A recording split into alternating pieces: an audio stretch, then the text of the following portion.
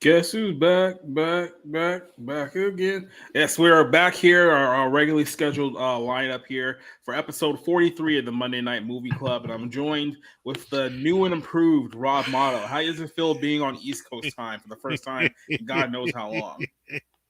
It's my usual bedtime, but that's okay. I'm trying to make some changes, and I guess one of those is staying up later. Oh, yeah. Trust me, it's worse when you're on East Coast time. You have to like fly back into like the West Coast track. You're readjusted. That happened to me last year when I was in Vegas the first time. I flew in to Vegas. I landed there at about like 10 something, so which means that by the time I got to the airport, my body was already like 1:30 in the morning, and then I had to like hitch a cab down to the strip, get my hotel set up. So I probably didn't go to bed somewhere near like 3 o'clock in the morning. So yeah, that was a fun experience. But yeah, East Coast time, so it'll be a little bit easier on your body. You just have to get your time adjusted there. And then of course, Mr. Rick Aragon is back with us again. How you doing, Ricky? I'm doing all right. Just getting ready to break out the metal can and go out into the street panhandle. Mm-hmm. Yeah, times are hard. Well, hey, think of it like this: it's not that things are getting more expensive; it's that your money is worth less. So you have to look at it from that perspective. So I don't know why. I mean, we're still in the middle of the Biden boom, right? oh yeah, it's a boom, all right. An Yeah, inflation boom, a poverty boom, homeless boom, that's all right. He'll win interest rate 537. boom. He's going to win 537 electoral votes. You just wait. Mm-hmm. Did you see the new Biden clip where he basically just admitted the treason thanks to his dementia, brain damaged mind? And just like, Yeah. yeah, we're just gonna pretend like he didn't just say that he sold all of our tickets for It years. No, it was a joke. It was a joke that he's telling the Indian Prime Minister, "Oh yes, I don't know who you are, and mm-hmm. we've been selling secrets for years." Okay, I have to play this because like, this is our country now. This is like we've become a joke. We might as well just accept the fact that we're just living in a comedy and a tragedy at the same time. So yeah, this is the president of the United States of America, rambling on with the Indian Prime Minister. So I was just thinking. Anyway, I started off without you, and I sold a lot of state secrets and a lot of very important things that we shared. I was just thinking. So, in case you didn't catch that, he said that he sold off a lot of secrets and a lot of important things, and it's like, no, yeah, he just totally just admitted to multiple acts of treason and espionage. When was this? When did this happen? I completely missed like, this. This had to have been literally today.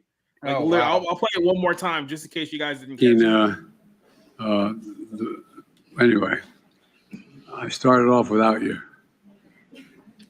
and I sold a lot of state secrets and a lot of very important things that we shared. So yeah, no, everything's just fine. Everything is absolutely fine here in the But he's United the States most of America. decent, the most kind, the most loving president we've ever had. Why He's the would most you even joke honorable. about that shit? You see the guy sitting next to him kind of like cracking a grin, like playing it off like it's a joke. And it's like, why would you even joke about that kind of shit? You know what I Because mean? he has dementia. He's 80 years old and he doesn't have the ability to keep things in his head anymore. So he just says whatever comes in his mind, even all the illegal stuff. And then the media's job is to pretend like he didn't say that or he didn't mean what he actually said. No, So it was supposed to be it's supposed to be some kind of joke about his son apparently influence peddling, as he writes off hookers in his tax forms. I don't know. I don't understand any of it. yeah, But he's going to win. He's going to win 537 electoral votes. I'm telling you, that random electoral vote, it's going to go to Bernie Sanders. I mean, look, they've already stole one. What's another one, right? At the end of the day, so yeah. Well, this is listen, where we are. I'm at that point where I kind of don't want to pay attention until next year because look, but the Republicans are doing everything to like alienate their voters. You know, like DeSantis came out and is like, yeah, let's re-penalize people for weed. That's a really great platform going into 2024. And Trump, who knows if he'll even be around? He's been indicted now twice. Like, who honestly, fucking knows? in all honesty, like I know that the right, like I called this for a while ago that there's going to be this big civil war between the DeSantis side and the Trump side. And it's like, look, I don't think either one of these guys is winning in 2024. If you want my complete honest opinion, so all the infighting between these two that you guys are going to do over the next 12 to 18 months is going to be just a massive waste of time. So I'm not even going to be bothered to be a part of it this time around. So Well, good luck with that one. I can say I'm not big on marijuana. I've never used. I really have never inhaled, but I would support decriminalizing, not quite legalizing, but more for personal reasons. No, we Well, need and to look, super criminalize marijuana. People need to be shot on the streets for smoking weed. That's the only way that we're ever going to turn this country around. Sorry, We- Rob. well- We love Well, you. I but, voted. The thing is, I voted in 2013 in Washington State to get it passed, to get recreational pot passed. Listen, there are, even from a consumer standpoint, there are things that I did not like. The fact that they jacked up the price of the product, like something like a 30% tax higher than it was at retail.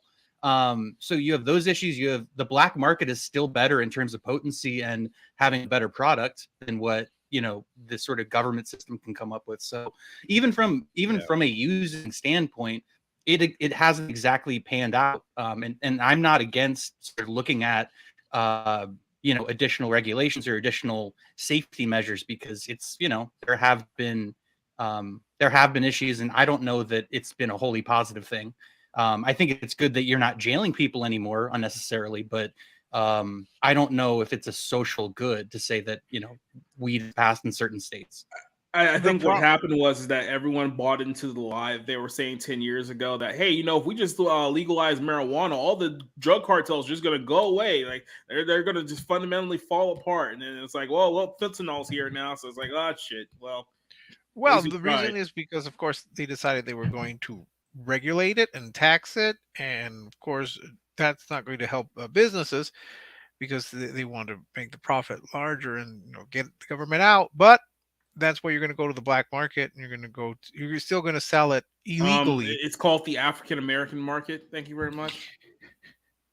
Oh, I didn't see any. Oh, I didn't see any. I didn't see any of that in The Blackening. Well, it was a documentary, right? Oh God, Rob, did you watch The Blackening? Did you suffer through that one, or did you avoid it like all the smart people? No, I literally pretended like I saw it just because I don't want to see it. Like just watching the trailer was enough to say, okay, not in my lifetime. I mean, if somebody paid me money, I guess I would have to, just to render an official opinion on it. But just from the marketing alone, it was like, okay, nope, not even with a 10-foot pole. No way. Yeah, well, you missed out on the worst film that we've seen so far this year. So I was that's what you missed out on. I'm trying to remember. I was driving. That's right. I was driving through Wyoming, listening to you guys talk about it. So I did hear it. Yeah, it's not great. Then I heard apparently the guy who plays the gay guy is the one who co-wrote it. So he's like the Chicago gay guy who wrote this atrocity, and they're already talking about possibly trying to make this into a franchise. And I just want to throw this is the closest rock in my vicinity at someone when I hear stuff like that. How is it going to possibly be a franchise? I mean, because they have to find it made money. Because it only cost $5 million and it made $6 million. Dirt cheap. Yeah, but who else? I mean, how many black Trump supporters are they going to find? Seriously, how many black Trump supporters are they going to find? It's made $12 million on a $5 million budget, and the film's been out for 2 weeks. So it's literally only been successful because its production budget was so dirt cheap that they couldn't have possibly lost that much money on the film itself. So yeah, it's literally a successful on a technicality. Well, that's wonderful. I mean, if you think about it, Rob didn't see this movie, which is about the full African American experience. So he decided to go watch Asteroid City, which is the celebration of waspiness to the nth degree. Well, we can get to that one here in a second. So I'm not sure if I agree with that notion here. But did you guys hear? We'll get to it in a bit. Did you guys hear about the whole Russia revolt / mutiny slash coup. we finally taken down Putin, only for like an hour later to be like, yeah, actually that was all a lie. I can't believe we fell for that one. But in case you guys weren't following, over the weekend, I think it was like early Saturday morning, there was reports saying that one of Putin's generals had turned on him and that he was leading an army to the capital of Moscow, or wherever the case would be. They were taking down Putin. Like, this is the end. Russia's finally going to fall. It's going to be the Iron Curtain all over again. And then, like, literally an hour later, it's like, no, we're standing down. Like, we're done. There's no need. So there's two theories going on here. One, the CIA was trying to do some kind of Russian interference and cause a civil war internally, and that failed. Or two, Putin basically essentially set up this whole thing to find any distance that was within his ranks so he could shake him out. So essentially this whole thing was one big troll to begin with. But if you go on Twitter, social media over the weekend, you would have thought that Russia was in like its absolute last days. Like, they were never going to recover from this. But apparently this is the video of what Russia looked like literally the day of the mutiny in the state. So this is, as you can see, the terrible footage that you've seen in on the streets of Russia, live and in person. There's literally people bleeding on the streets. Dead bodies are everywhere. Tanks are rolling over people. Putin is running for his life. Buildings are on fire. And yeah, Russia is no more. They've given them democracy. I saw footage of that massive protest. Oh, I'm sorry. It looked like a concert where there was just predominant women. Yeah, I saw that. Oh yeah, I saw that video too that was circling around here. All I have to say is that, yeah, it looks like a good deal, like on paper, until you realize that Russia has a ridiculously high divorce rate. So I'm assuming that the divorce rate is extremely high for a reason. Vodka. That's all I could say. Vodka. That's the reason. Mm-hmm. Well, I actually have a friend who's in Moscow right now. And he was talking to, I'm in a different chat group with him, but he was getting the same reports, kind of being like, I don't, the next 3 to 4 hours are going to tell a lot. And he was finally like, finally a deal was reached with the general and whatever, and they're turning around. I have no idea. I don't know if it was a planned thing by Putin. I don't know if it was like a CIA, misinformation campaign. I have no idea, but the whole thing with Russia, and I've known this since 2016, is it's probably bullshit if it's coming from Western news sources. And that's been pretty accurate for the most part. Yeah. So that's kind of what I was saying on Saturday. I was like, I won't believe it until it gets confirmed, basically. Yeah, you won't believe it until Putin is literally in chains. Yeah, pretty much, right? I mean, it's kind of interesting. Like, for so many years, we used to mock countries like North Korea when their media would blatantly lie to its citizens. This is probably like 10 years ago. We would laugh at them. And now we're living in a time where our media blatantly lies to us about things that are going on in other countries. So it's not so funny anymore. That's all I have to say. Well, what's interesting is that I was reading some of the Twitter comments, and they were like, oh, you see, this is why it's important that Biden is president, because he's going to single-handedly bring down Putin. And aren't we glad that we have a sane, responsible person, not Trump, who's his puppet, who's Putin's puppet. And then like a couple of hours later, like, they don't say anything. Like, what happened? What happened, guys? I mean, it's not important. That's what happened. I say this as someone who never voted for Trump, never supported him. So, you don't want to die like in The Blackening. You don't want people to kill you, and then they justify your death because you voted for Trump, right? No, I never did. But why would I'm not black? They wouldn't target me. Remember, I'm apparently now I've gone from an oppressed minority. No, they would target you because you're a white supremacist now. Mexicans are white supremacists. Cubans are white supremacists. Muslims are white supremacists now. So, yeah. So, well, guys, we can't do that. We have to make fun of Robert F. Kennedy Jr. taking off his shirt because he didn't want to take the vaccine. So, we have to shame and humiliate him. And it's like, I saw Ben Mankiewicz say, basically be like, Thomas Jefferson would basically making fun of RFK Jr. It's like would never have been bench pressing in front of the press corps or whatever. And it's like, well, first of all, this is somebody who would shame Thomas Jefferson for owning slaves, number one.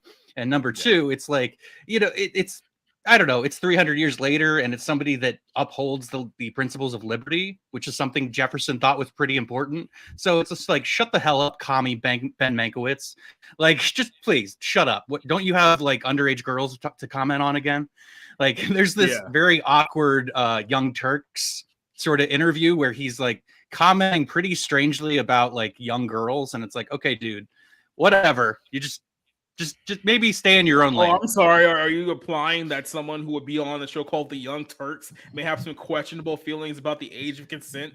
Is that what you're implying there? Maybe. I would think that Mankiewicz would be a little more concerned about the potential collapse of Turner Classic Movies than he would about making snide remarks about RFK Jr., who probably could bench press more than Mankiewicz could. I mean, let's face it. And I've seen Mankiewicz on TCM. A lot of his intros are not funny. He thinks they are. He thinks he's making a lot of clever quips. They're not. They fail, and a lot of times I just roll my eyes. So someone explain this to me, okay? I have not watched Turner Classic Movies since Ted Turner owned the company. So I have my view on the Turner Classic Movies is like from 20 years ago. I have no idea what modern Turner Classic Movies is today. So what exactly has happened in the last 24 hours that everyone in cinema Twitter is talking about there? Do you want to take this one, Rick? Because again, I like Turner Classic Movies just as a resource. I think it's a great resource and educational tool. In terms of how they classify film and kind of introduce them. But Rick knows more about it than I do, honestly. I can tell you what I know. What's his name? David Zaslav, the genius behind the Flash and the DCEU. He has terminated or pushed out a good number of long-standing TCM heads, like the director of programming, I think, and then the person who organized the film festival, and reduced the work staff from 90 to 20. And the fear that a lot of people, the TCM fans, is that they're basically going to shut down the network pretty soon, or they're going to do things like add commercials during the movies or between the movies, like the thing that they were fighting against. They're going to turn it. They're fearing that there's going to turn into an AMC. Remember, AMC used to stand for American Movie Classics, which used to be something like Turner Classic Movies. Their concern is that it's going to kind of fall apart or just be erased altogether. That's just going to get pulled from the network, because apparently it is still profitable, but they're using that money to buck up the projects that they've been losing money on, like, I don't know, The Flash. So that's the concern. And I think a lot of times TCM, post Robert Osborne, has adopted a Mankiewicz, Young Turks worldview. I like Professor Stewart. She introduces the silent movies, but she calls herself an activist as well as a film historian. They had that whole TCM Reframed series where we looked at films through contemporary lenses. And believe me, it takes a great deal of skill to try to find the problematic aspects of Seven Brides for Seven Brothers. Somehow that's on the same level as Birth of a Nation. Because poor Dave, I mean, I like Dave Carter. He's one of the other hosts. And he actually thought that, I think he said that he thought if millions of little boys would watch Seven Brides for Seven Brothers and abduct women, or think that they should abduct women and hold them prisoner until, in Stockholm Syndrome, they fell in love with him. First, I wonder, where are these millions of little boys who would want to watch Seven Brides for Seven Brothers? And again, this is going to be a little stereotype. I don't think that the little boys who would want to watch Seven Brides for Seven Brothers would necessarily be trying to kidnap women, because that's the first time I ever saw Seven Brides for Seven Brothers, and I thought, Rick, I do want to say something real quick. Wow, that, like, can you give me the too long didn't read version of what Rick just said? Yeah, I guess. Look, I think TCM does a great job of those intros to movies. They really they really, nail home the points of why a movie is important, why it deserves to be seen, why it's been preserved all these years later. I think they do a great job of that stuff. They should stay in their lane of preserving movies and not get political and not, I mean, if they want to discuss a political topic around a movie, I don't have any problem with that, to put in context what was going on at the time. That's perfectly fine. That's historical, journalism per se. But what they've started to get out of that lane, and like with the Reframe series, blazing, putting an introduction to Blazing Saddles, it's completely unnecessary. It's a satire that makes fun of racism, that basically points how ridiculous racism is. It's a wonderful film. It's a wonderful comedy. You don't need to explain it. People are not stupid. So this is the first cut or potential cut that David Zaslav has done that I have personally been pretty I don't want to say upset, but I'm not happy about it.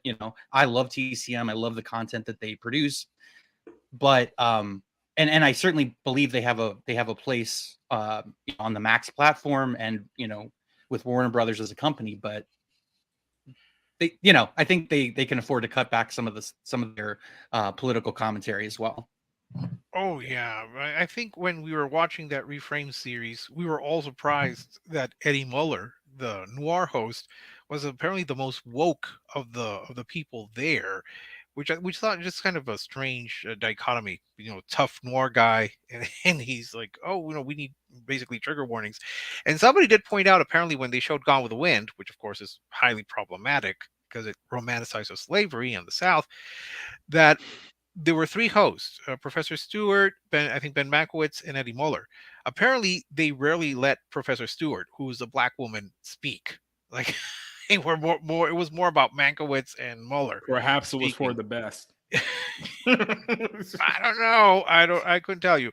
I do think, though, again, so if people really think that Seven Brides for Seven Brothers somehow is going to encourage people to hold women hostage, I mean, it's sometimes you just have to acknowledge this is fantasy. This is not real.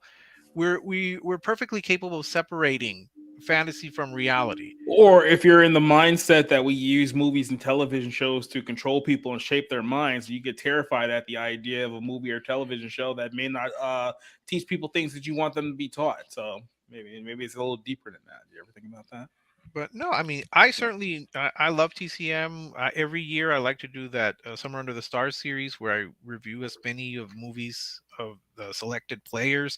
I do wish they would pick more obscure performers versus just the big names that they almost always tend to hit. And I like things like Noir Alley. I've seen a lot of films, and they have the Star of the Month. I actually enjoyed. There was one Anime Wong film that I thought was very interesting. It was like a B movie, but I thought it was well made, and I had a good time watching it. And I did. She's a B actress, so. Well, we'll hold a seance, and you can tell her that.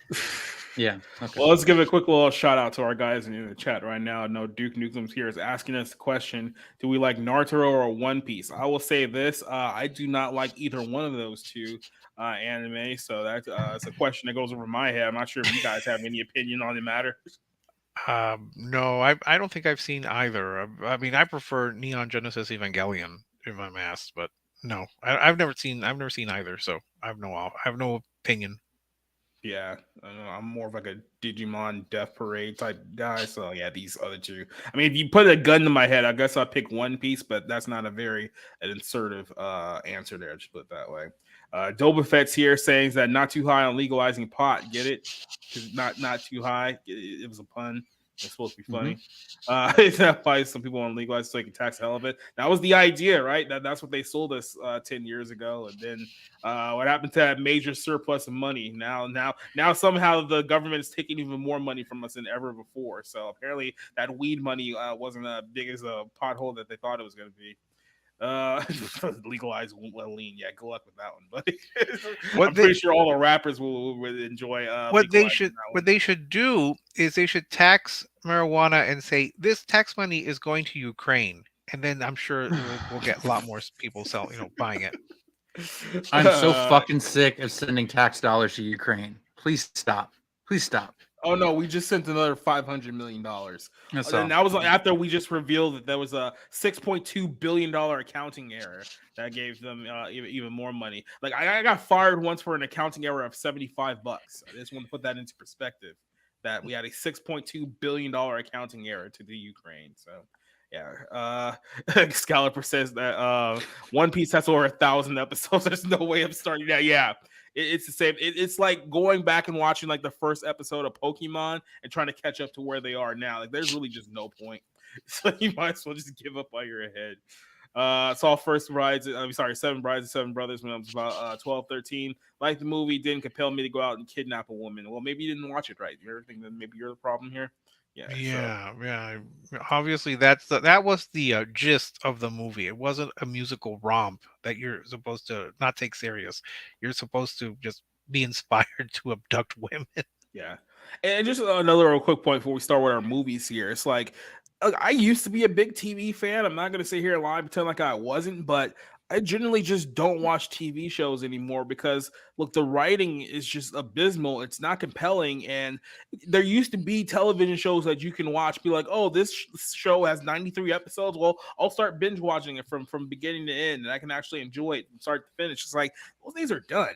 Like with TV shows today, like they all have some kind of agenda push to it. So you're either going to get it like late in the first season or like the second season if the show gets picked up is when they really start slamming all that stuff in your face. And it's like, look, I'm not down with committing so much of my time to watch these abysmal shows anymore. I mean, at least with bad movies, that's only like 90 minutes to 2 hours of your time that I have to waste, and then you never have to watch it again. With television shows, it's such a commitment. If there's no payoff, then it's like, what's the absolute point? No, and now that I've got the Tubi and the Roku and the Pluto, I mean that's what I watch.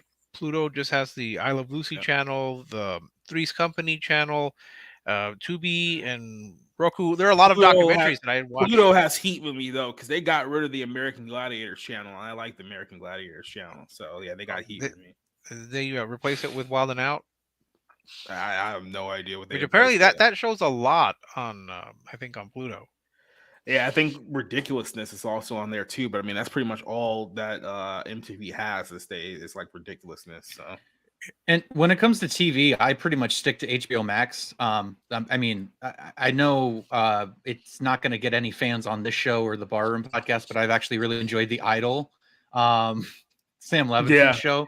I haven't seen it yet, so I can't judge too harshly. So The Righteous Gemstone. I mean, it is what you think it is. It's sleazy stuff, but I do think that has some interesting things to say about celebrity and how anyway, how being critical of Hollywood, but yeah, it's totally tawdry, sleazy, lots of nudity kind of thing. But I also really like The Righteous Gemstones, which again I'm sure isn't going to get a lot of fans in the conservative community because it kind of makes fun of mega churches and stuff. But I think it's a really funny show. I like what Jody Hill has done with Danny McBride, Vice Principals, Eastbound and Downs. So if you like those, I would definitely recommend them. I do find it hilarious that Hollywood always wants to like mock like the mega churches, but I think to myself, well, all the big mega churches are on your side. It's like the Joe Osteens, like the Mike Todds, and the what's the guy's name, like something Dollar or whatever his name is. Like those are all your people. Creflo, Yeah, all those guys are your people. So it's like, what do you get out of mocking like you guys? Like we don't like him either. So it's like, what are you talking about? Yeah, I'm sure TD Jakes is pretty popular with a lot of people there. I mean, he's produced some movies and he's been in some movies. And yeah, Osteen, it's interesting. Osteen is the only, one of the few religious figures that my church-going friends and my Democratic Socialist friend despise equally. Although, for full disclosure, I did go to his church when I went to Houston. I did go to, was it Lakeview, Lakewood? But I went more because my mom was a big fan and I wanted to kind of, in a weird way, pay tribute to her. So she would have loved. Runs in the family is what you're saying. No, I'm saying she would have loved to have seen him there. I went more. I want to say not as a tourist attraction, but I just went to see what it was like because I really didn't know much about him. I just knew that a lot of people like him, and my mom did too. So I went, and I can see the appeal. I mean, there's a lot of very positive mindset. kind of a Norman Vincent Peale type, Mhm. power of positive thinking type. So I think, Everyone's very positive as long as they stay away from what the Bible actually says. yeah, I mean, I know, yeah, I don't think we really even read the Bible, but I mean, Shocker! He went to a church that didn't even touch the Bible. yeah, That's but it was it was a very interesting experience. I will say that. So I fair guess enough. it's worth going to. And when they were very nice to me, and I did get a couple of I got a pen and a little tumbler that my Democratic Socialist friend refused to accept because I knew she would. She would not accept it. And that's why, like, I don't think the show is necessarily slamming conservatives. It's more just like these people and how they use their kind of church to be these, they're like entitled doofuses because they're kids of like the wealthy pastor or whatever. So they just Mhm. basically act like rich celebrities, which is more inherent, like more in common with people in Hollywood, kind of living high off the hog of people's nations of their faith. It's so yeah, I think that you can look at it from both sides and kind of be like, these people are just stupid and let's laugh at them. But yeah, no, I've certainly started to change my worldview when it comes to religion and what's real, what's not. You coming back? Is that what you're saying now? You're on the long road back. I might literally have to go to church to like meet Mhm. people. Okay, so I don't know. Yeah, you'll slowly get there. Once you realize how screwed up this world actually is, you'll come back. Just don't go to the Roman Catholic side. Just don't do that. That's a whole other. Like, we'll talk about that off air, but that's a whole other rant. I love EWTN. I'm not gonna lie. I do watch that from time to time. Oh gosh. Okay, well, before we get started here, I wanted to just show you this picture. You guys remember Amaranth? Remember when she was crying like 6 months ago because her husband was taking her money and forcing her to show her body on Twitch, and then her only real problem is that she wasn't getting all the money from it. So it reminded me of this next film that we're going to talk about here, which is No Hard Feelings.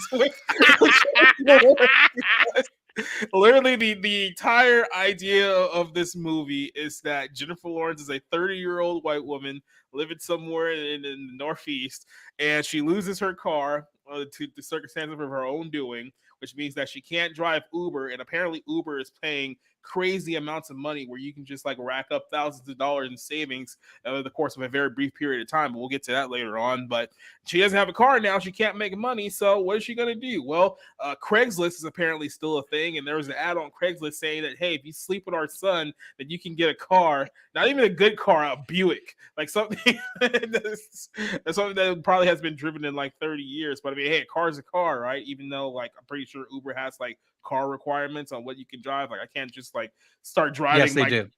2014 Chevy Sonic and be like, yeah, I make money. It's not how it works. But so I saw this film a few weeks back, and the biggest thing that I noticed about this movie, before we even get into like the details of this film, is the fact that this is a movie that is struggling between two contradiction ideologies that can't coexist, because the film in and of itself is trying to recreate the old like 1980s 1990s sex comedies that we used to watch like back in the day, like stuff like a Porky's, or like there's like a something beats that Savage Beats or something like that around those lines. And they're trying to recreate that, but here's the problem. They want to recreate it with a progressive bent, which is why they put Jennifer Lawrence as the lead as this film, thinking that, oh, well, if Lawrence is the lead of the movie, that we can forego all those problematic elements. Well, here's your problem. You told your audience essentially over the last 30-40 years that these type of comedies are problematic and bad because they pretty much prop up like the male gaze or whatnot, and they use women female nudity as a kind of like comedic props, right? So you told your core audience that these type of movies are bad and they shouldn't watch them, and so they're already taking out one half of your audience. And on the flip side, the fan base who you guys have been mocking for the last 30 years, the men who used to like 1980s sex comedies, they're not going to identify with a 30-year-old Jennifer Lawrence in that role, because then you've completely taken away any kind of like relatability with the character that you had here. So my question right off the bat is like, who is this movie supposed to be for? Because I can't pin down an audience who would actually want to go see this movie. And if you look at the box office this weekend, it didn't exactly do very well. So, Rob, what is your thoughts? Just kind of just the confusing way they decided to market this film in the first place.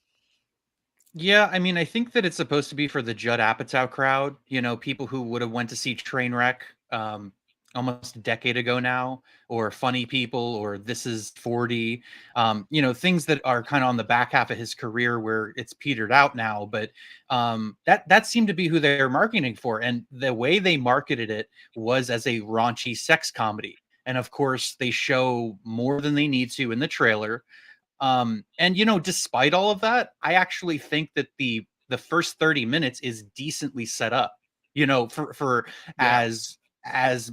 as badly constructed as the movie is as a whole. I actually thought that the start of it was pretty solid, even though it's a ridiculous premise, but that's okay. Like, sex comedies have these in them. A Yeah. good example, by the way, of an 80s sex comedy is Just One of the Guys. I watched it growing up on Comedy Central. It's funny. It's it's surprising. It's not predictable. But anyway, back to No Hard Feelings. The way it was marketed was not what it delivered on. It basically, after the fact, after the sort of raunchy sex aspect is played up, then it tries to land somewhere with a heart. So I do think it's a bit of a bait and switch in terms of what it promised viewers and then what it sort of did, what it delivered on. I will say this. Well, actually, I'll hold off on that because that's more into like Jennifer Lawrence part of the argument. So, Rick, I'll ask you. What would you think about this movie going into it? 'Cause like I said, it's a film that can't really figure out who its target audience wants to be. So, Well, yeah, I thought it was going to be more of like a raunchy sex comedy. It was going to be very risque, and that they were going to get into all sorts of hijinks in her desperate efforts to deflower poor Percy. Uh, and I think it kind of was starting out that way because she was being very aggressive. Though, for full disclosure, she kind of did remind me of my of someone I know who tried that with me, and I was more the Percy type. I'll say that somewhere along the middle, it became more of a, oh, let's just make this a very sweet romantic comedy and still throw in little bits here and there. So it kind of went off into this curious direction where it started out being very raunchy and kind of outrageous.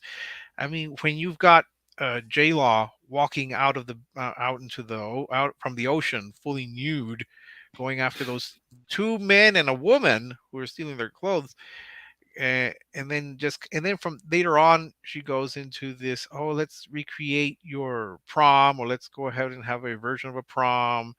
It kind of was trying to be very sweet. So my thinking is it went one way and then it veered off somewhere else, and some things were just too hard to believe. Because remember, like at the end, she turns very sweet and kind of accepts that she can't hold on to things and that she's reformed.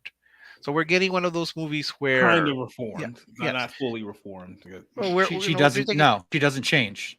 Sorry. she takes steps. I mean, No, she lets her leave she, the she at house. least Oh, she somewhat does. self-aware of what a massive bag of douche she is. So that's Yes. at So least somewhat so change. yeah, so it's a step. So she's taking the steps to move on. So yeah, it's trying to get a little heart at the end of it, which I didn't object, and the people that were in the theater with me, they did laugh. So I have to give them that. Yeah, so I can say this, that I didn't hate this film. I think watching the trailer, you kind of figure that this is going to be a movie that you were going to really dislike, especially with all the other things we've seen so far this year. But I didn't really get that feeling from here. And to be honest, Jennifer Lawrence, who has said some really stupid stuff over the last like few years now. I mean, she's had a meltdown ever since that whole Hunger Games thing ended. She's basically blamed Trump and climate change for hurricanes. She threw her own family under the bus for being Republicans on multiple times. She had the one big gaffe earlier this year where she actually claimed to be the first female action hero in the history of cinema, which was hilarious in and of itself. Last year, she was complaining about the fact that she only got paid $25 million for a really bad Netflix movie, while Leo got paid $30 million for a movie about climate change. They're getting paid multi-millions of dollars for it, by the way. But she's just said some really stupid stuff, and it hasn't helped shake her recent run of being box office poison. So going into this, you would easily figure that, okay, I'm going to sit there. She's just going to absolutely annoy the crap out of me, and this is going to be a terrible experience. Honestly, she's not that bad in this movie. Like, I think the premise in the writing is the biggest issue here. But I mean, as far as Jennifer Lawrence trying to, I guess, shake up her persona of being like this Academy Award winning actress and trying to do something different, she's not really that bad in the film. How'd you guys feel about Jennifer Lawrence in this movie, Rob? Well, look, I've said it on, in the past, and it's on record that I, a Jennifer Lawrence fan. She's given performances I really like. I listen, I think that she was pretty good in this because she's not that far off from this character. I mean, listen, this is somebody who lacks self-awareness.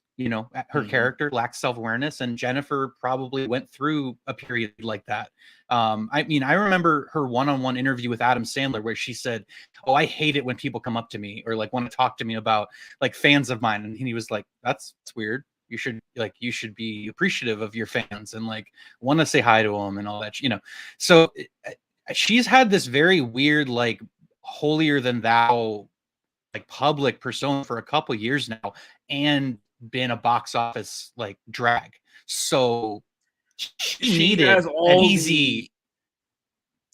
I was just gonna say real quick, she has all of the symptoms of someone who let fame go to her head. Let's put it that way. Exactly. And she needed a win. She needed a kind of easy, successful kind of, solo home run in the bottom of the seventh, kind of get on the board. So that's what I kind of saw this as. I will say that I do think that she's charismatic. I do think that she moves the movie along. It probably would be a lot less watchable without her in it.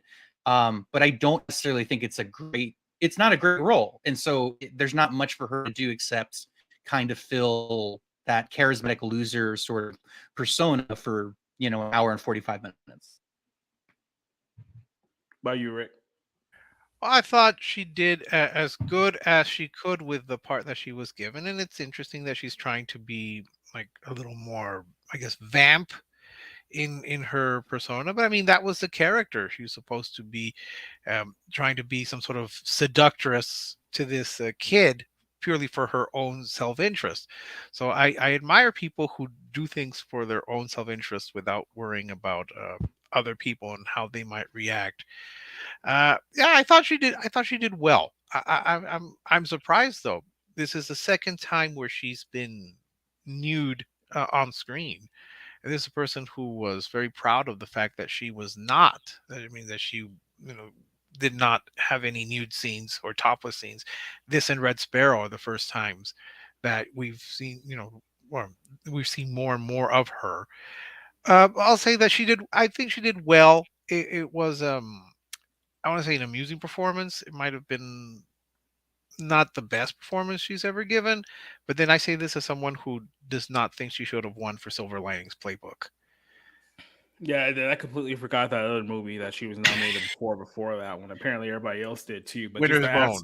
Yeah, that one. Just to answer Excalibur's question, no, Don't Look Up is a pretentious piece of crap by Adam McKay, and I do believe it was one of my worst movies of last year, if I recall correctly. So, yeah, no, that one was definitely not worth time at all. So, yeah.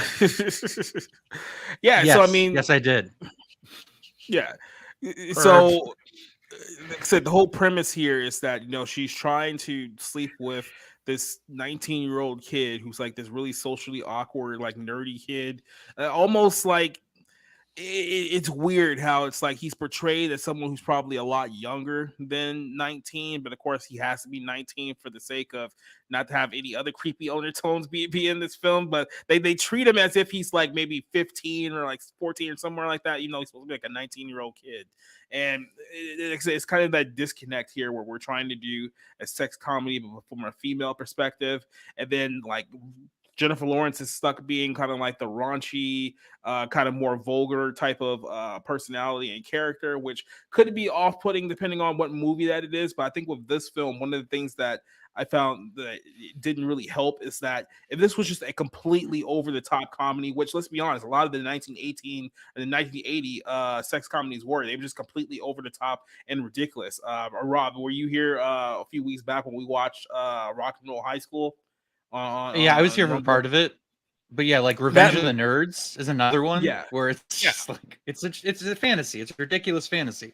exactly. So, but this one wants to be kind of like in that realm, but it takes itself way too seriously because it still tries to be like wholesome and it tries to be like serious, especially like towards the end. Whether if it was just completely goofy off the rails to begin with, it may have actually worked to its benefit if they actually wanted to go around that line. Yeah, they had to tiptoe around like the fact that like technically she's being a predator. Like she's, I mean, his parents paying for it and they're setting it up, but it's like they kind of have to tiptoe the fact that this guy's an inexperienced, nerdy, kind of isolated guy. But it also is weirdly says like, oh, it's good for him to get him out of the house. But it also suggests that if you just let kids kind of get out of their own shell themselves, they'll be fine, which is like what every other generation did. Granted, this is different. So, but yeah, I think that it was a bit clumsy because it's like Jennifer Lawrence is basically playing the dude. You know what I mean? Yeah. Like in past movies and past sex comedies, she's basically playing the dude, but she also has to be capable of, like growth, and she's learning something. Oh, she's actually, getting to know this guy, and she actually is getting feelings for him, which is again weird. It's like, okay, a 32-year-old woman is getting feelings for a 19-year-old, and it's fine. It's legal. It's just weird. You know what I mean? And that's supposed to add to the comedy and the awkwardness, and none of that ever comes through. I feel like the joke is that Jennifer Lawrence is being so like overtly sexual. She's like coming out of her clothes to like jump on this kid, and he's just not taking the bait. And it would be funny if she wasn't coming off like, Jennifer Lawrence, the star, wasn't coming off so many sort of box office duds. And so the comedy just does not come through. The movie theater I was in was dead silent.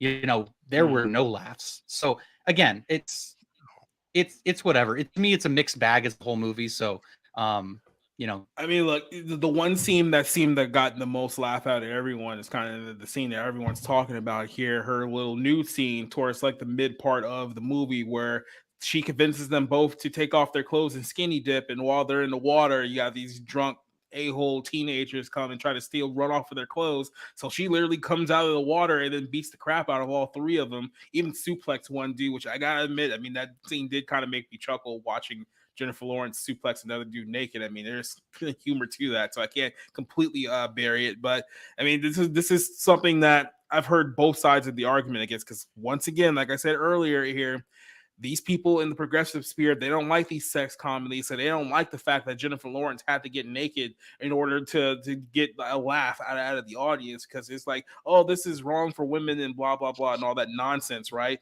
And then you have like the opposite side of things that are just like, oh, wow, I just saw Jennifer Lawrence naked again, because this is definitely not the first time we've seen this. But what was kind of your take on it? I'll start with, go ahead. I'm so sorry. Yeah, no, I just wanted to say, okay, after she beats the shit out of the people that were going to steal their clothes and phone and keys, she literally tries to fuck him in the water. And I was just thinking to myself, I'm sorry, I don't know about anybody else. I'm just going to speak for myself. I would be incredibly turned on, just because it's like, you just went and beat the shit out of those people. I didn't have to do anything, and I'm the man. Awesome, let's have sex. That's fine. It's just Anyway, that was just like, really, dude? That seems unbelievable. Well, but he's incel, right? That's the whole whatever. With his personality, I can believe that he would be more horrified that she would be that aggressive. And I still am a little puzzled. It's probably a generational thing. I keep thinking, why is he so familiar with Hall and Oates' Man Eater? I still think he would have been more familiar with Nelly Furtado's Man Eater. I mean, I know it's not the same song, the same title. So, but I think I'm just puzzled. It is interesting. I never heard that song kind of made so romantic, which I thought was like just a very curious turn of events. Um, but with her and with her, yes, she is. But that's a part that she was given or that she agreed to. That she was Mhm. supposed to be very sexually aggressive for a car. I mean, just at the first time we see her, the first thing was one of the first things she says, "Can I touch your wiener?" And obviously she Mhm. meant the dog, but that kind of pun, like I don't know if she quite delivered it the way it was intended. Try to make it sound risque but serious. The way she was so aggressive with him for at least the first half of the movie. Again, it brings back memories of personal experiences, which I won't really share here for all the world to know. But let's just say that I was having some sort of ideas. Oh my God, it's almost like seeing my life story put up there.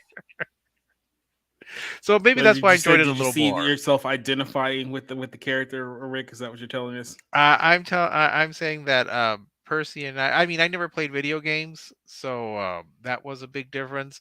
But certain elements did hit a little closer to home than I would have wanted. And I don't play the piano. Well, actually, I can, but I just have to find the C and then just kind of move up and down.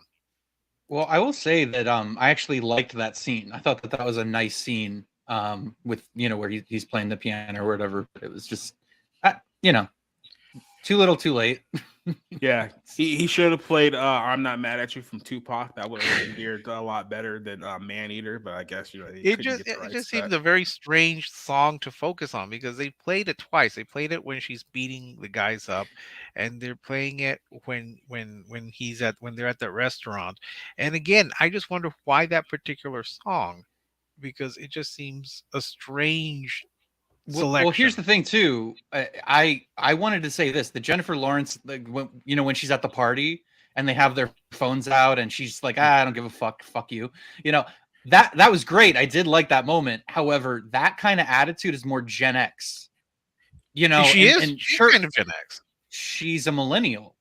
Oh well, She's I get. she's my age. She's my age, and so that I found that interesting. She acted more like a Gen X like personality versus a millennial, because millennials are still little bitches about things. Uh, Oh yeah. like Well, you can't say that on social media. You can't dismiss someone through a microaggression kind of bullshit. So, and Gen X is yeah. generally more like we don't care.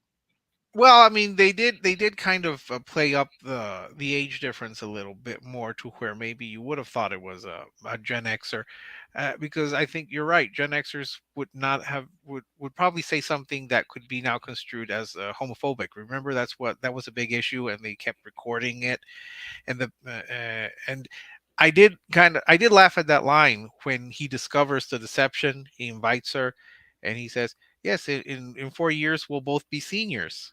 And she gives him this kind of nasty look. Okay, I did laugh at that part because that was kind of a amusing part.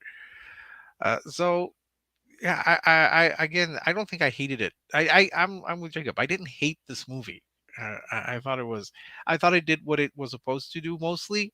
So I enjoyed it.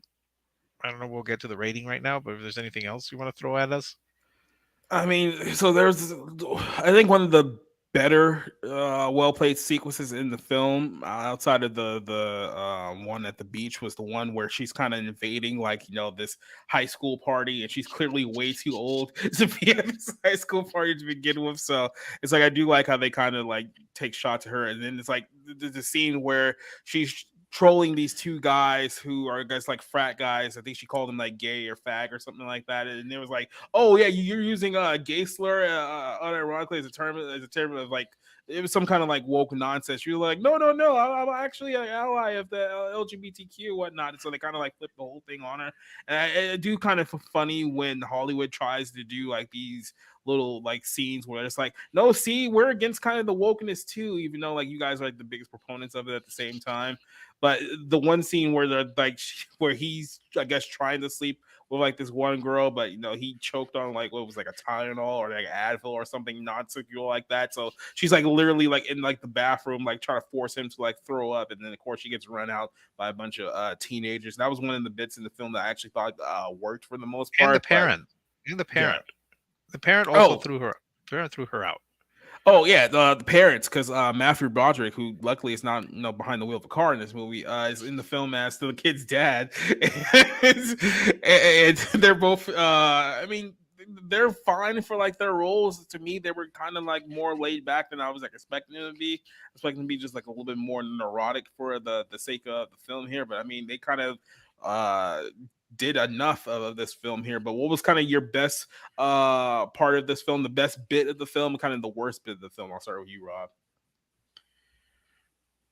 It's a great question. I mean, I'd probably no, I mean, I'd probably say the party was a high but again, you have Jennifer Lawrence using her like physical comedy to break through the door, to make sure that dude isn't having sex with his former classmate or whatever, that they're both going to Princeton, and it's fine. I loved when she basically told those frat guys to fuck off and stop being little bitches, and that they can go fuck each other.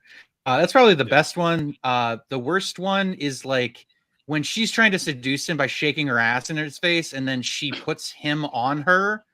It's just like that kind of where it's like where the movie's going fine for a while, and then it screeches to a halt with its incredibly unfunny comedic scene. And where it's just trying so hard.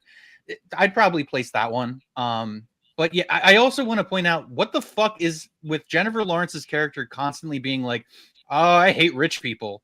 Did that have to do with her dad? Like her dad, like basically, her being second family. From what I remember, it's like, yeah, her dad has money, but he's kind of cut her off, so she just kind of like generally like, I don't know. You can go either way with that one, but I don't think they laid onto it too much to be like, oh yeah, rich people bad. Even though they've clearly done that in many other movies, I didn't feel it that much from this one.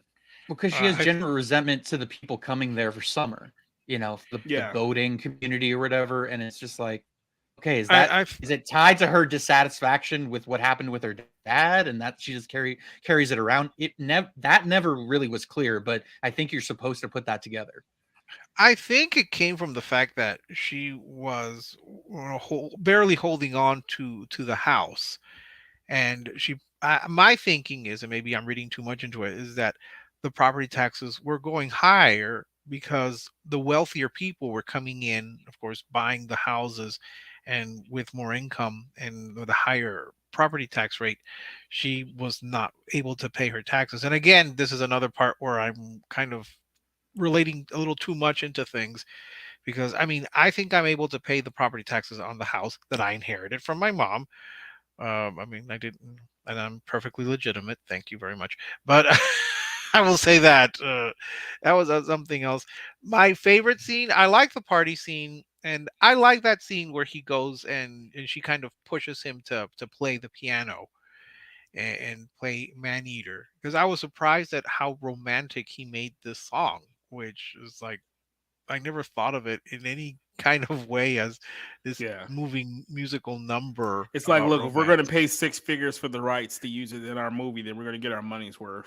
I'm sure the Nelly Furtado version could have been gotten for cheaper, but I'm just saying. And again, I was puzzled by that.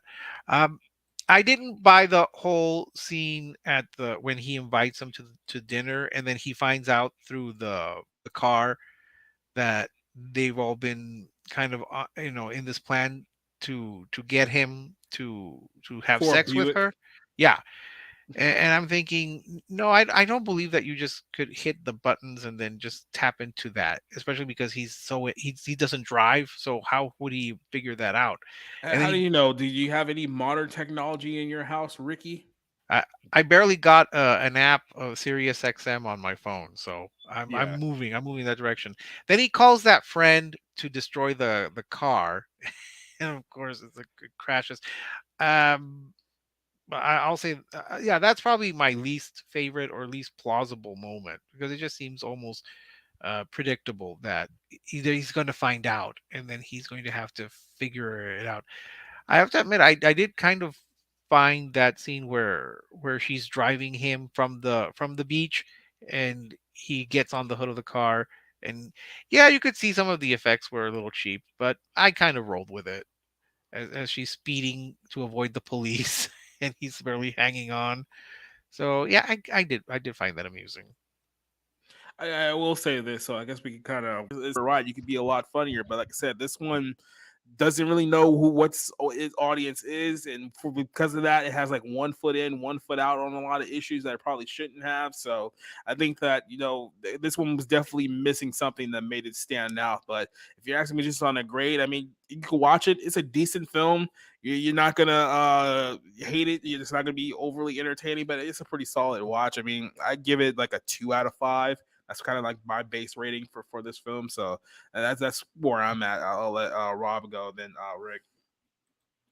Yeah, I gave it a 2.5 out of 5 because I mean, for long stretches, I think it's very watchable, and it kind of just sails by. I'll say this: it looks better than a lot of modern movies. I know it's just a comedy, but it's brightly lit. It's nice to look at. I like the locations it utilized. I think Jennifer Lawrence again does a serviceable job. It's just I think she frankly can do better. I think she can do a lot better material. But she needed a win, and then I think that this will probably make its money back. Maybe nothing more than that, but I mean, yeah, I gave it 1 week out. Just real quick, 1 week out, it's made $25 million at the box office, but the budget's 45, so it still has a long ways to go before it's breaking even. Unfortunately, so. Yeah. So we'll see, but yeah, I thought it was okay, just uneven, not really raunchy enough or outrageous to kind of be a memorable sex comedy, and not focused enough to kind of get the more sort of human landing with these two people and where they're going, and kind of trying to overcome their momentary issues. But yeah, it was okay, not great, or not terrible, just not great. So 2.5 out of 5 for me. I might actually, I would go 2.5. I might even go up to a 3, just because I did find it mostly entertaining. I thought it was, like I said, mostly entertaining. I did laugh a few times. I have a feeling that this will probably turn a profit faster than The Flash will, so it's got that going for it. But no, Rob is right. It kind of is 1 foot in, 1 foot out. You they didn't want to go all in on the raunchy, or all in on the kind of, oh, let's be very gentle and almost romantic with this kind of situation. But at least they didn't end up falling in love. They were just more like accepting as friends, and that's all. That's all they were going to be, which is nice. And I appreciated the fact that they gave her little beats, like, oh, we're going to have you grow up and we're going to have you learn to be a better person, or make those steps. You're going to burn your dad's letter, so it's not going to hold you prisoner. I didn't get that part where the realtor has to tell her that, oh yes, I married my teacher whom I was having an affair with when I was in school. That just seemed kind of random. But I'm gonna get 2.5, maybe 3. I think I'll be I'll be generous and give it a 3.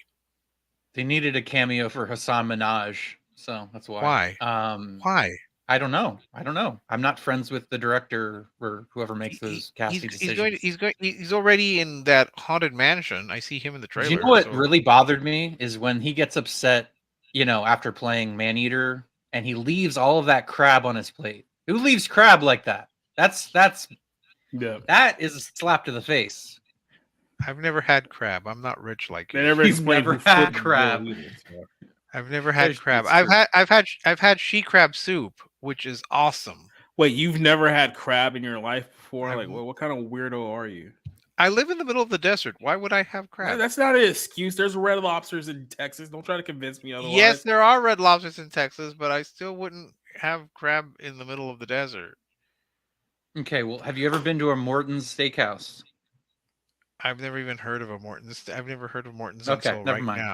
Or Ruth? Yeah. Okay, We're just no, I can't. I whatever. can't fucking do this. All right. Yeah. So that was our review of No Hard Feelings. So let's go ahead and jump on to this next movie. Let me ask you just a quick question, just off topic here. Who do we like more at this point? Wes Anderson or Paul W.S. Anderson? Who's your favorite Anderson at this point in time? Hey, I at least like Event Horizon. I don't really like anything Wes Anderson's ever done. So I'm gonna have to lean with Wes Anderson because I did like Moonrise Kingdom and the Grand Budapest Hotel. okay, well, you don't have to let us know you that you're a poverty anti? person, Cassie. So Yeah, it's like what is with this anti crab meat people? Like who are these like weirdo friends of Cassie that all don't eat crab? Like I have already said I have had she crab soup, and that is incredible. I love it. You know, if you're ever in Charleston, have yourself some she crab soup. I still dream about it. It's great. Anyway, Wes Anderson here. So look, I think my first real experience with Wes Anderson films, or at least I started to notice a trend with Wes Anderson films, surprisingly or not, came with the film Moonrise Kingdom. And it wasn't with just specifically his movies entirely. It was the type of people who went to his movie. These are the people who we used to call not too long ago the hipster crowd, the crowd with before they started shaving their head and coloring it purple. They would wear the glasses and they would go to these really pretentious movies, pretending like that by understanding what's going on here, that they were smarter than the average moviegoer, even though they were just being a bunch of pretentious douchebags. So Wes Anderson in his house, he has a catalog of actors that he can call up that all want to be on his movies. This to me feels like a summer camp for A-listers because this is their opportunity to not have to worry about doing like the major studio films. They can do something that's more artistic. Here's the problem with this whole thing. It's like this is a great aesthetic for film snobs, especially really like snooty people, Sarah. But I don't know if average moviegoers really care about anything that is in this film here. And the gist that I've gotten from the reaction to this movie is that people who went into this thinking that it was just going to be like a fun, interesting film was like, what the hell is this? And it's the saying that we always go to describe movies like this: it's style over substance. It's a movie that you go to for autistic expression, but do not go here thinking that you're going to get like great storytelling or any kind of meaningful like that is not why you go watch a Wes Anderson movie. So I guess I should start off with you guys. Which is your general feelings of Wes Anderson as a director, Rob? I'll start with you. well, I already kind of talked about him a couple weeks ago. And basically, here's the thing: Wes Anderson, he does what I complain about 90% of other directors not doing. He has a vision. Yeah. He is compositionally sound. He knows he is disciplined in the cinematic art form more than most directors are today. Having said all of that, the other part of the equation, the actual storytelling, character development, world building is so universally personality free, meaning he is so emotionally cut off that almost all of his characters seem like they're taking Zoloft or on an antidepressant, or like it's like you just said, artistic. This movie is for the artistic and the autistic. Okay, Wes Anderson is so emotionally cut off because I don't know, he went to boarding school, he never developed social skills. I don't know what it is. I think you have to be relatively social to direct a movie and to certainly, build the relationships necessary that he has since the 90s, since Bottle Rocket came out. So look, I appreciate his artistic intent and the fact that he has a vision, but what he actually produces in terms of storytelling is such a pretentious catalog of horseshit. Like I there is not a working director today that I personally despise more because he has the talent visually. He knows exactly what he wants, but what comes out of it it's like David Lynch for me, where it's you can appreciate what they're putting on screen, but the actual content itself is so unbelievably divorced from, you know, I guess storytelling as a sort of basic element of of movie making, and they're just so unbelievably uninteresting because of that. You can look at them and study them for their artistic merit, but they are completely empty as storytelling devices.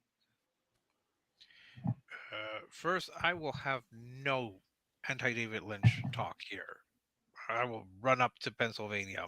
I'll drive in my little car and just go up there and smack you upside the head for speaking ill of one of the geniuses of our time.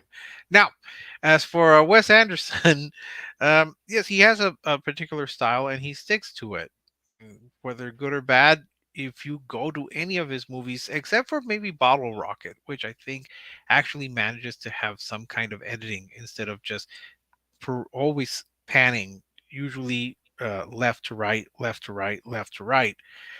Um, they're always going to be pretty much the same. It's always you should focus on the actual story and whatever the merits, good or bad of it. He's always going to have the same style of acting, which is very, very dry. uh, Deadpan, I don't know if deadpan is the right word, but they're always going to be very staccato. That was the term I used, staccato acting. Like the line is delivered very emotional, less, very direct, to the point. You don't see a lot of movement here, and you don't see that in a lot of his movies. They're all pretty much the same style. This is what the Cineists particularly enjoy. It's what they, I don't take away from that, because again, I've enjoyed some of his movies. I didn't like Darjeeling Limited. I didn't like. I mean, I never saw Live Aquatic. I wasn't big on the Royal Tenenbaums, but some I did enjoy, to my surprise, because he is a very acquired taste. He's very um, the Tweedy is the best word. Very Tweedy in his directing. And it's almost, what I'm thinking when I was listening to Rob. I was thinking that Wes Anderson is the type of is like Percy. If Percy from No Hard Feelings ever became a director, that would be the type of movies he would make. Very Exactly. He's a direct. fucking wimp. He's a fucking wimp. I don't know. What? He's not. He's not a. Seriously, you know what Wes Anderson looks like? Yes. Okay, Yes. then. There we go. That's all. That's all you ever need to say. He looks like the protagonist from our last movie. Let's just put it that way. Yes, exactly. Percy. He would be like if Percy made a movie, and it would be something like this. So this one is a difficult movie to dissect in a straightforward sense, because it's like you're watching a movie within a movie within a movie from like three different perspectives. So if you're trying to follow this, like, good luck with that. So essentially, you have a 1950 style television show that's narrated by Bryan Cranston, and in between there, you're having the actors and the people who are involved with the production in a sort of a kind of like kayfabe, like behind the scenes type of way. But at the same time, there's also like the stage hands behind the scenes of both productions that are happening simultaneously. So it's like good luck trying to tell a convincing explaining this narrative. But the central story is that you have this town that's kind of like in the middle of outskirts in the desert, out far behind this atom bomb testing site. So occasionally there's these giant explosions and people are just used to it. But you have this guy who's there with his like 4 kids, I believe they were. And like I guess the mother just died recently, so they're out trying to. I guess he's trying to find a way to tell them that, hey, sorry, your mom died 3 weeks ago, and I'm only just now telling you. But then while that happens, like literally this entire production of this film just happens to show up, and it involves like Scarlett Johansson, who's like the main actress, then like the cast and the crew behind there, and there's like this weird like little Christian school of like elementary school kids who are just very weirdos too. Now, I don't know about you. Maybe it was just the fact that I was looking for anything to talk about with this film because there wasn't much of a story here. But I don't know. I just find it very, very interesting that there's a lot of people who are allegedly on Jeffrey Epstein's flight list that are in this film in very close vicinity of children. Now, maybe that's me just taking too much out of this, but I couldn't find much of a story else to grab onto. So I don't know what else was focused on. What was kind of your introduction of the story structure, if you can call it that, of this film? I start with you, Rob. Yeah, I mean, okay. the story structure is, I feel like, purposefully convoluted because of the lack of ideas at the center of the movie. You know what I mean? Because it's a lot of inside baseball. If you read interviews about, the actors, the interviews actors gave promoting this movie, I mean, it's a lot of Elia Kazan and Marlon Brando in the 1950s doing Tennessee Williams. And it's like, dude, I barely know about that kind of shit because I don't like Elia Kazan movies. Like Streetcar Named Desire or whatever, Cat on a Hot Tin Roof. Even that was Paul Newman. But the idea that, like, you're gonna know this, or an audience is gonna know these references or these points of view, it's like you're basically preaching to a very niche audience, okay? And then the I guess the TV show, I thought it was a play, but a TV show that takes place in in Asteroid City. It's brilliantly colorful. It's almost like a Norman Rockwell 1950s style aesthetic, and it's mixed with almost the Wile E. Coyote kind of cartoon visual. That's the best I can say. It's in the Southwest. I think that there's some merit with Jason Schwartzman's character, having lost his wife, and Scarlett Johansson being the lead actress. I mean, I think that there is some interesting stuff there, but it's so loose, it's so threadbare. It's just, you're kind of watching people talk about what they're currently going through without being emotionally connected to them. You know what I mean? So, I found the story structure kind of got in the way of me connecting with the characters, but I also feel like that was almost the point because it's a Wes Anderson movie. What about you, Rick? Well, I thought it was too not convoluted. Maybe it's not the right word. I think it was too busy, because you basically had like almost a Twilight Zone type host telling you about this play, and then you started getting into the play, and then you transitioned into the what I took to be the main story, Asteroid City. I kept thinking that maybe he should have just kept it all in Asteroid City without going back to the play and without going back to the host. And it is at certain times there was that one part where Bryan Cranston is in Asteroid City and he's like, "Oh, I'm not supposed to be here yet." Like, I didn't understand that point. Why is And that funny? Can you explain to me why that's supposed to be funny? There were so many moments when I was just like, I feel like a fucking idiot watching this. no, well, Because I you're don't. supposed to sit there and be like, "Oh, see, because he's breaking the fourth wall. That's funny." Yeah, well, no, I didn't. I thought it was bizarre. And then the whole element with going back into the play and Schwartzman's character trying to find the character, I didn't see why we needed to do that. But the only logical reason that I could think of is that was the only way Anderson could figure out how to get Brody and Willem Dafoe and Edward Norton into the movie, because they're not part of the Asteroid City itself, but they're part Okay. of his usual stock players. Willem Dafoe is almost always in all of his movies. Adrian Brody has been in a lot of his movies. Edward Norton has been in a few of his movies, and that whole plot about it was it Adrian Brody and Edward Norton's characters in love. So like, what do you? I mean, why is that even relative? What was even the Yeah, point of it? Because I mean, it had no bearing whatsoever to any story that they were actually like. Honestly, those characters entirely had no bearing on the story at all. Like, you could just remove them out of the movie yeah. altogether. It would have changed nothing. Because I mean, remember Adrian Brody in this character is apparently getting divorced from Hung Shao's character, and that whole part had added nothing except this. And this is my conspiratorial side, I guess, coming in. It meets all the Academy qualifications for Best Picture consideration: multicultural cast, LGBTQ characters. You're checking off all the boxes here in all the casting and in the story and in the characters.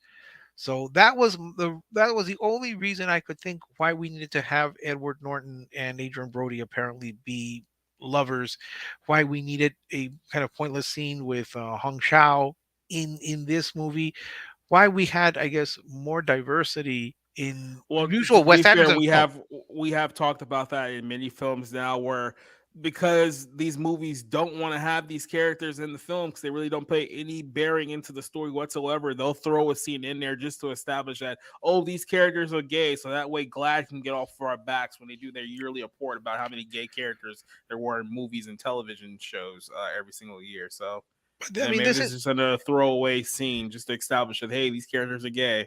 yeah, but no, I mean not just gay. I mean you had an Asian character. You had in the 1950s, you had a black 5-star, 4-star general, the Jeffrey Wright character, which I thought was interesting, a little strange, but he's been in Wes Anderson movies before, so it's not too far out.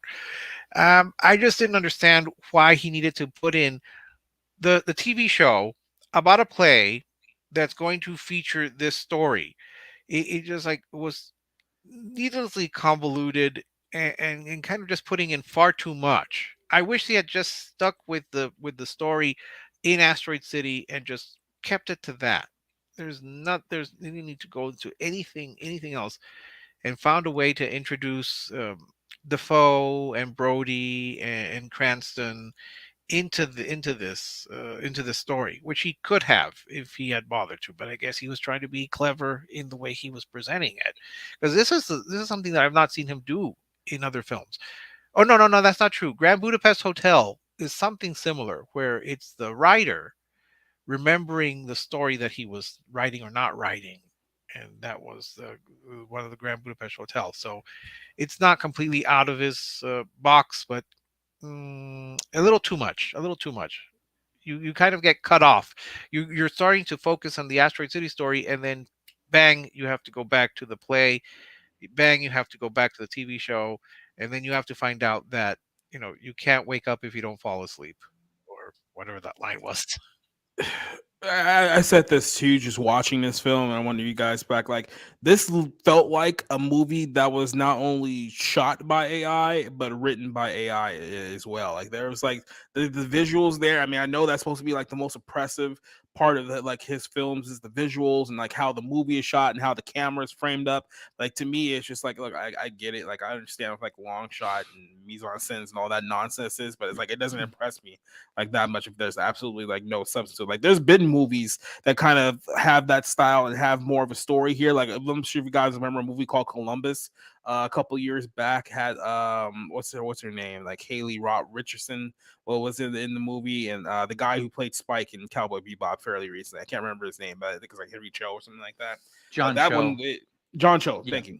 Yeah, that film was very well done and had artistic expression, and it also had a nice story to go along with it. And it was a coherent story that was easy to follow. So you had kind of the best of both worlds there. This one is just like we're just gonna throw as many darts into the wall and we'll just run with whatever works, and then we'll just let that be. Because I mean, I guess he figures that well, I have my audience, so if this doesn't work outside of my fan base, then like I guess what's the difference at that point? But Yeah, I mean, and look, I can't stress enough. It is a candy coated 1950s, beautifully shot and brought to life visual, and that's how much I hated the characters, the story, like what the movie inherently is. That's what I mean. It's like you can really see what people mean. It doesn't matter though. Like it doesn't matter because it does nothing to inspire an audience. At least not me.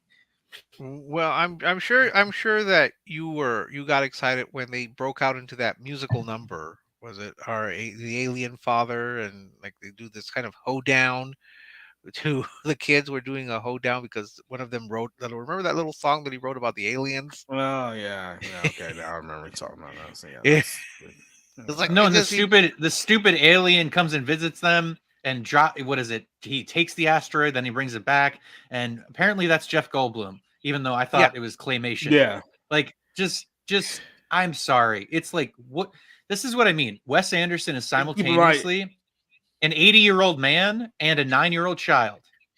Yeah, and keep in mind that was like the only like compelling like thread to the entire story. Then they blew it off by revealing, oh, it was Jeff Goldblum this whole time. And trust me, I am sorry, everybody, if you've been following my Twitter, because I've been calling everybody a child and childish the last month because of their Spider-Verse love and their fucking The Flash And like, yeah, I literally made fun of a 14-year-old kid crying over the Flash. I didn't know he was 14 when I made fun of him, to be fair. But yeah, it's why are you, by the way, why are you letting 14-year-olds on Twitter? Please be better. Sorry. Anyway, but seriously, Wes Anderson, it's like he has no complex emotional center. And so none of, like, almost everybody in his movie is either an emotionally cut off adult or a precocious child. Yeah, Make pretty of that what much. you will. No, pretty much. I mean, the kids, they're all, again, I guess, geniuses who are, I guess, slightly more emotional than their parents. Uh, that whole element of having the ashes in the Tupperware and they're just going to bury it there. I know that Schwartzman's character is not supposed to be particularly emotional, but I would just say, you know what? Yeah, it's still your mom. We're going to bury her properly. We're not going to put her in Tupperware and leave her out in the desert. I don't care if you three girls who apparently think you're witches. I was thinking of Jacob and like, Me oh too. yeah, I was like, yep, oh, here we go. yep, Witchcraft. Mhm. Children doing yep, we got witchcraft. the Children witchcraft. Yeah, no, I picked up on it too. So yeah, we also. But I Like- was more freaked out by the kids breaking out into that hoedown with when they're doing like a weird little dance, a song and dance that they wrote. So I was like, okay, that's scarier I than mean, witchcraft. this film is supposed to be a comedy and a drama, but there's no comedy and there's no drama. So does that mean that it fails on both of its accounts? That's safe to say. Also, when the camera pans around and everybody says their line real quick, oh my fucking God, I hated that shit. Like it was like a 1930s screwball comedy, except, not good. Yeah, that was the worst. But that's Anderson every time. Okay. That's what he always does. If you see any of his movies, the camera always pans. Usually, like I said, left to right, left to right, left to right, left to right. I mean, it gets maddening if you watch long enough. I think Bottle Rocket's the only one where he actually had cuts, like actually edited without having to pan and pan and pan and pan and pan and pan and pan endlessly. So that didn't. I don't know what to say. It didn't bother me, but I'm so used to that in a Wes Anderson film that it didn't take me by surprise. I am interested that when he frames the conversations between Schwartzman and Johansson, they're not completely centered. He does actually allow a little more space. So for him, that's revolutionary. And somebody pointed out that in that section where I think was it Schwartzman goes to talk to his dead wife, it's like, oh, it looks like Margot Robbie. Like, oh, I guess that is I guess that is Margot Robbie in her Mhm. Elizabethan And then lo and costume. behold, she actually shows up. Yeah, and like I thought, oh great, Jacob's going to talk about her being box office poison still, even though it's like one scene. Well, I mean, you're not going to disprove it with this movie. So I mean, yeah. Oh, somebody on Twitter today was like, "Oh, she's so good in that one scene," and blah blah blah blah blah. And I'm like, "Yes, yeah." It's like, yes, being in a bubble bath will do that for you. she actually has a reputation for showing up in a one scene. But it's weird. Margot Robbie seemingly Once Upon a Time in Hollywood, Babylon, and now Asteroid City, playing some remnant of past Hollywood. Yeah, and for the record, my friend Gabe, that's his primary memory of I think Wolf of Wall Street or no, The Big Short. It's like The Big Short, her yeah. in The Big Short. Yeah, her in the bubble bath. That's what he remembers. Yep. This film is like the cinematic equivalent of someone huffing their own farts. Like this is, and like I get it, Wes Anderson, I get it. Like I understand, like he's playing to his audience here, but I mean it doesn't make it any less true. So I've had a very tough time trying to figure out what I'm gonna rate this movie because I haven't figured out exactly how much I hate this movie. Like it's extremely pretentious, but I don't have like a hate from it just on a personal level. I kind of just have a hate for it being like it's almost very show offy to me. So I'm trying to gauge where I'm at here. So maybe I can listen to you guys. You can sway me one way or another. So I'll start off with Rick. What's your final thoughts on Asteroid City here? I thought it was needlessly complicated. Like we could have just kept to the Asteroid City section, but I also know this is Wes Anderson. This is what he does. This is the way he always makes his films. This is the way he always directs his actors. This is the way the actors are always going to perform.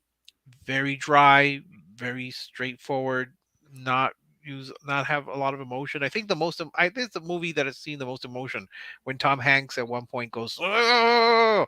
That's the most emotion I've ever seen in a Wes Anderson movie. Seriously, because they're always deadpan. They're always very, kind of straightforward. Um, I'm going to give this a 2.5 because again, Anderson plays to his audience. He does what he always does. He has a little cutesy music playing. He has the aesthetic which he's always mastered. So yeah, this is pretty much a Wes Anderson movie. You've got his usual cast of actors. Tom Hanks is probably the newest person here, and I understand that he's probably doing the Bill Murray type Bill Murray role because Bill Murray Yeah. is almost always in his movies. So yeah, I'm gonna give it a 2.5. I didn't hate it, but let's be blunt. This is what he does. This is nothing new. Maybe the newest thing is just making it a show about a play and doing the play as a feature film. It just becomes too complicated for its own good. But 2.5, it's what he always does. Why are people surprised? This is Wes Anderson in a nutshell. This captures almost all the way all his movies are.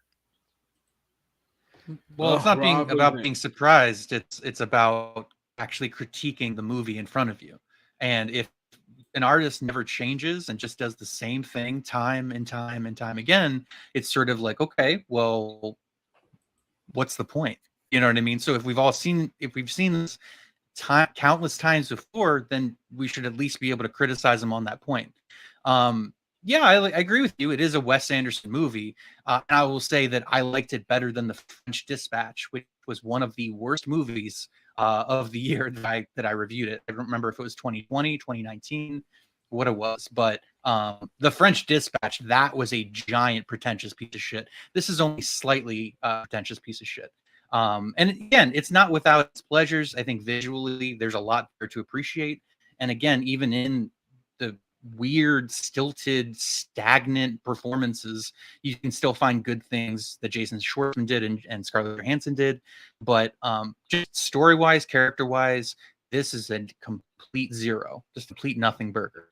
I still gave it a Wow. 2.5 out of, or excuse me, a 2 out of 5 because I still think it is a well-constructed movie, but it's just it has no center, it has no substance, and I'm glad you go to the movies to see shit like this, but it has absolutely no storytelling center for me to even hold on to even remember it as a movie, as something I went and saw and left a mark on me. So 2 out of 5. I don't think Wes Anderson's going to change, so it's going to be until he stops making movies.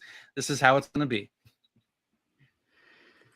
I think I'm gonna come somewhere in the middle of you guys. Like I said, I can respect the artistic choices in the film, but like I'm a guy who that's great and all, but I'm a story based guy. So if you don't have much of a story, then there's only so much I can give you credit for. Um, I'm trying to gauge this versus some other movies that we've seen this so far this year. I can't say that I've hated this one as much as those films. So I think I'm going to be somewhat fair. I'm going to give this a 1.5 out of 5. I think that's probably the fairest rating that I can give a film like this. It won't be on my top 10 worst of the year, but I mean it's not that far off either. So it's probably the you would closest down watch to the that. middle as I can. You would watch this over The Blackening. Yes. There. There's not many movies that I've seen so far this year that I would watch that I wouldn't watch over The Blackening at this point. That's just how bad that film is. Like still until I see that Seth Rogen Asian Girls movie, it's still my runaway number one worst movie of the year. So Seth Rogen has a lot to overcome if he's gonna tip over that benchmark that's been laid over by The Blackening so far. Look, we still have Paul Thomas Anderson, so it's okay. He's the only Anderson worth celebrating. I mean, can Paul S. Anderson do another Resident Evil movie? I mean, I don't even think Oh, I don't know. Maybe I shouldn't go that far, but it's like, did I hate the last Resident Evil movie worse than I hated this one? I mean, I think it's somewhere on par. So I don't know. Yeah, I mean, it certainly would be interesting if Wes Anderson tried to do something other than these emotionally stunted people who are kind of living these lives of existential crisis, but will never express any emotion. But if people fell asleep, you just tell them you can't wake up if you don't fall asleep. I was like, what is that kind of what is that supposed to mean something? You can't wake up if you don't fall asleep. You can't wake up if you don't fall asleep. What was You that know, chant? to quote James Spader in an episode of The Office, "I'm sorry, you've lost my interest." Ding, ding, ding, ding, ding. But you can't wake up if you don't fall asleep. Okay, I guess that's supposed to it's have not some sort of helping. deep meaning. I feel like we didn't go into just how annoying that ending was, but like I mentioned, Rob mentioned it on social media. Then when I saw it, I was like, oh wow, they just repeat this line over. I thought it would be like you say it once, and it was just like, oh my god, that was really cringeworthy. But then they just started doing it over and over again to the point where it's like I was already annoyed before we got to this point in the movie, and now you've made me even more annoyed than I was before. So Well, stay woke. That's all I can tell you. yeah, 1.5, and I'm being very, very generous by giving it a 1.5. So don't test my patience there. But yeah, those are the two films that we watched this weekend. So now we got to go on to next week, and there's going to be two more movies that we review. So this week is Indiana Jones week, so it's time. Disney has invested $300 million into this 2.5 hour affair with 80-year-old Harrison Ford and his pseudo replacement Phoebe Waller-Bridge. So we finally get to see that movie in all its glory this week. And then there's another movie coming out this weekend that we're going to try to see if we can review it. I'm definitely going to review it, but I need to see if it's in your guys' neck of the woods. It's called The Child. It's a South Korean movie. But like I said, we're trying to make sure that it is available for you guys to see. So hopefully it is, because I do want you guys to see it. But if not, then I'll be the person who reviews that movie. So those are our two movies for next week's show. Next Monday night when we do this again for episode 44. So before we sign off here, I'll give you guys a chance to promote anything you got coming up. Rob, you just got back to the East Coast, so I'm pretty sure you don't have anything planned at the moment. Is that a safe assumption? Yeah, that's pretty safe. Just check out my Twitter. I talk shit about movies. Mm-hmm. And Rick, what do you got coming up? Yeah, just more reviews and my weekly haiku, which I'm really enjoying. All right, and then we'll let you know that tomorrow night is episode 54 of the Barroom Podcast. I keep trying to say 45. No, it's 54 of the Barroom Podcast. There's a lot of interesting topics tomorrow. Former American Idol singer Jimmy Levi did an interview with Jason Whitlock last week, where he exposed that he was witness to both Satanism, occultism, and pedophilia in Hollywood. And that interview got taken down like literally 24 hours later. So we'll talk about the very suspect circumstances regarding that interview that actually did happen last week. Kathleen Kennedy is pretty much admitting that Phoebe Waller-Bridge could take over the mantle for Indiana Jones, depending on how this film performs. So good luck with that one. Kate McKinnon has probably killed Barbie. Somehow people are shocked that this Barbie movie is going to be about how gender roles deny half the people their humanity. So, a woke feminist Barbie movie. Who could have seen this coming outside of anyone who knew exactly who wrote and directed this movie? I'm surprised people are shocked by this, by the way. Taylor Sheridan, the best writer in Hollywood right now, saying he will quit TV if they force him to work on a team, which I'm completely on board with. And then, is Taylor Swift performing witchcraft at her stadium show? We have video that might prove that perhaps she is. Maybe we'll talk about that in full detail tomorrow. So I know there's going to be a few people on that have an interesting discussion about that. So that's the Barroom Podcast tomorrow night. Join us 9 p.m. Eastern time. That's for you, Rob. You have to get up at 9 now for the stage, not 6 o'clock anymore. So you have to get used to that. So to everyone who joined us here on all of our platforms tonight, just give you guys a quick little shout out. Duke Nukem, Doba Fett, Cactus Jones, Excalibur, Spencer, John, who's here tonight, Big Ol' Metz, who had just give us a little drive-by here after doing his stream, Tina Guzman, Cole Classic Cage, everyone, We'll make sure we didn't miss anybody on Rumble and on Kick because we're still live there as well. So until then, we will see you guys tomorrow night for the Barroom Podcast. Adios. See you guys later. We will see you tomorrow, or if not, we'll see you guys next week. So let's hit the stream and get the hell on out of here. Bye-bye, people.